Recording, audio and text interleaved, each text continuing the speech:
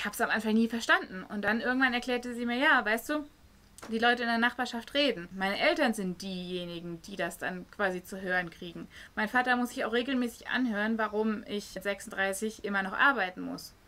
Warum ich denn keinen Mann hätte, der das für mich macht. Und genauso müsste er sich anhören, was denn das für Leute sind, die da mit kurzen Hosen da rumlaufen und die bei ihm wohnen. Aber das weißt du vorher alles nicht. Für uns ist das normal, ne? Aber da ist das einfach ganz anders. Und sie sagte, dass wir als Reisende eigentlich so wenig von der sudanesischen Kultur wussten vorher. Sie musste uns erstmal alles erklären. Und sie sagte, die Leute, ihre Kollegen, die von Europa oder sonst wo kommen, die kriegen alle vorher ein Briefing. Und sie sagte, ich gebe euch mal euer Briefing, weil teilweise ist es halt einfach echt schwierig, wenn ihr so seid, wie ihr zu Hause seid bei uns in der Kultur. Und ich weiß, ihr meint das nicht böse, aber das wird hier teilweise nicht gut aufgenommen.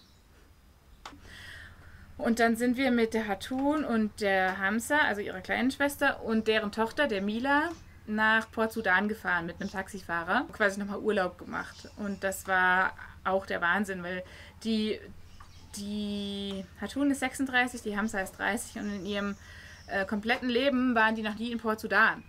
Dann ist es natürlich auch so, Mädels, sage ich jetzt mal so, alleine dürfen ja im Sudan nichts groß machen. Und dann sind die beiden, Hatun und Hamza, geschieden, weil halt einfach, ja gut, die Behandlung durch den Ehemann leider im Sudan oft oder meistens eigentlich nicht gut ist. Die meisten Mädels, Frauen, werden da auch noch beschnitten. Die Frauen dürfen keinen Spaß haben. Es ist halt auch echt schwierig, da als Europäer irgendwie dagegen vorzugehen, weil du steigst da überhaupt nicht so schnell rein in diese Kultur. Und irgendwie hatte der Vater der beiden dann auch Vertrauen zum Josh. Der Josh war ja dann der einzige Mann, mehr oder weniger. Der musste dann auf die Mädels, also inklusive mir, aufpassen. Und der Vater sagte dann, ja, ich weiß, du wirst auf meine 3 Mädels, also Hatun, Hamza und Mila, gut aufpassen und ich traue dir das zu. Ich meine, das ist ein großer Vertrauensbeweis, weil gerade der Josh und der Vater, die hatten sich auch manchmal in den Haaren, einfach weil die Kulturunterschiede so groß waren. Und das war dann am Ende echt ein schöner Vertrauensbeweis, dass er quasi uns fahren lassen hat mit den 3. Und er war es dann auch, der uns zum Flughafen gefahren hat, an dem Abend, an dem wir flogen. Und er hat so lange am Flughafen gewartet, bis wir ihn angerufen haben von der Wartehalle, dass alles gut gegangen ist, dass wir jetzt, also die Pässe quasi gestempelt sind und dass wir jetzt warten, bis wir in den Flieger können. Und erst dann ist er heimgefahren.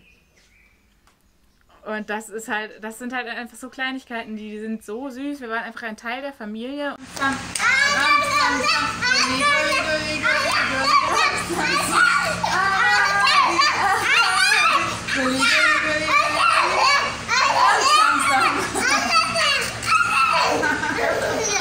Ja, also die Motorräder müssen aus logistischen Gründen auf eine Palette, wobei Palette nicht so genau zu nehmen ist in einem Land, in dem ich weit und breit nicht mal eine Euro-Palette gefunden habe. Letzten Endes müssen die auf irgendeine Art Vorrichtung, die es dem Gabelstapler ermöglicht, die hochzuheben, einer großen Cargomaschine direkt in den Bauch des Flugzeugs zu fahren. Die Motorräder einfach so reinzurollen und abzustellen, ist aus Sicherheitsgründen verboten, weil die während des Fluges Land, Start irgendwie umkippen könnten. Mangels Paletten musste ich mir selber was ausdenken. Und das Schwierigste war eigentlich, vernünftiges Holz zu finden, weil der Sudan ist ein Wüstenstaat. In der Wüste wächst halt leider nicht so viel vernünftiges Holz. Und dementsprechend ist Holz echt ein teurer Rohstoff. Also habe ich dann letzten Endes gefunden, mit Hilfe von dem Vater unserer Gastgeberin, 80er Kanthölzer. Irgendwie 10 Balken gekauft oder so. Ja, und dann habe ich mit meinem Schweizer Taschenmesser gefangen und habe die abgelenkt. Und haben wir 2 Straßen weiter in der Handwerkerstraße von einem Schreiner noch einen Bohrer geliehen. Und das war im Prinzip schon alles, was ich benutzt habe. Das Material, was wir da geliehen haben, dieser Bohrer, Das kannst du dir nicht vorstellen. Also da war irgendwie das Kabel, was den Bohrer dann mit der Steckdose verbinden sollte. Erstmal war da nur ein Kabel und kein Stecker. Also am Ende waren so zwei aufgefranste Kupferenden, die du manuell in die Steckdose reinstecken musstest. Das ist da aber normal. Also, ja.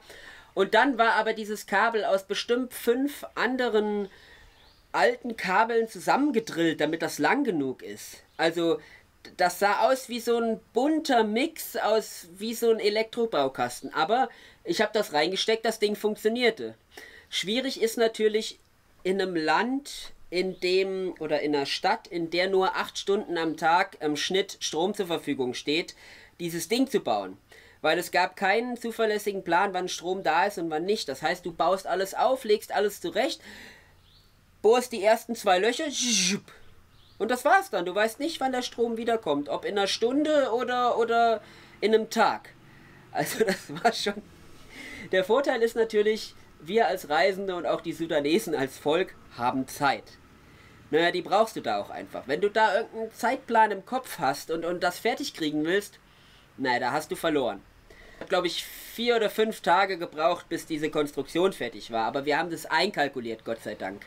Hätte ich kalkuliert, einen Tag deutsche Präzisionsarbeit nach 5 Stunden fertig verladen, dann hätte ich alt ausgesehen, weil an dem Tag, an dem das Flugzeug geflogen wäre, hätte ich noch nicht 3 Balken zersägt. Die Kids hatten viel Spaß mit mir. Also wir hatten Ferien und waren den ganzen Tag um mich rum. Darf ich mal hämmern, darf ich mal sägen? Und da habe ich immer erklärt, wie es geht und habe die voll mit einbezogen. Und es hat Spaß gemacht. Es war keine Arbeit. Es war einfach lustig. Ich habe mich nicht einmal im Sudan unsicher gefühlt. Dann sind wir natürlich spannend. Also die sind erst schüchtern, die gucken und dann, wenn jemand Englisch kann, dann kommen sie schon aber an und fragen und sind interessiert und sind einfach super freundlich. Ja, auch die Polizisten super nett, wollten uns helfen, waren interessiert und das ist eigentlich die komplette sudanesische Bevölkerung ist so. Die sind so arm, aber die sind so nett, das ist der Wahnsinn. Am faszinierendsten an diesem Land, was eigentlich sehr schwer zu bereisen ist, weil Infrastruktur schlecht, Benzin schwierig, Strom kaum vorhanden, ja, Straßen, die, sobald du raus aus der Hauptstadt kommst, einzelne Genehmigungen erfordern. Das, was das Land besonders gemacht hat und warum ich auch jedes Mal wieder in den Sudan reisen würde, das waren die Menschen, die unter diesen echt schwierigen Bedingungen gelebt haben und so viel Energie und Lebensfreude ausgestrahlt haben, dass man sich täglich gefragt hat, wo nehmen die das her? Also ein besonders beeindruckendes Erlebnis, der Norden des Sudans, der war relativ leer und wenig bevölkert. Da haben regelmäßig Kinder am Straßenrand gebettelt, aber nicht um Süßigkeiten oder Geld, sondern um Wasser. Also, du hast angehalten und die haben nach nichts weiter gefragt.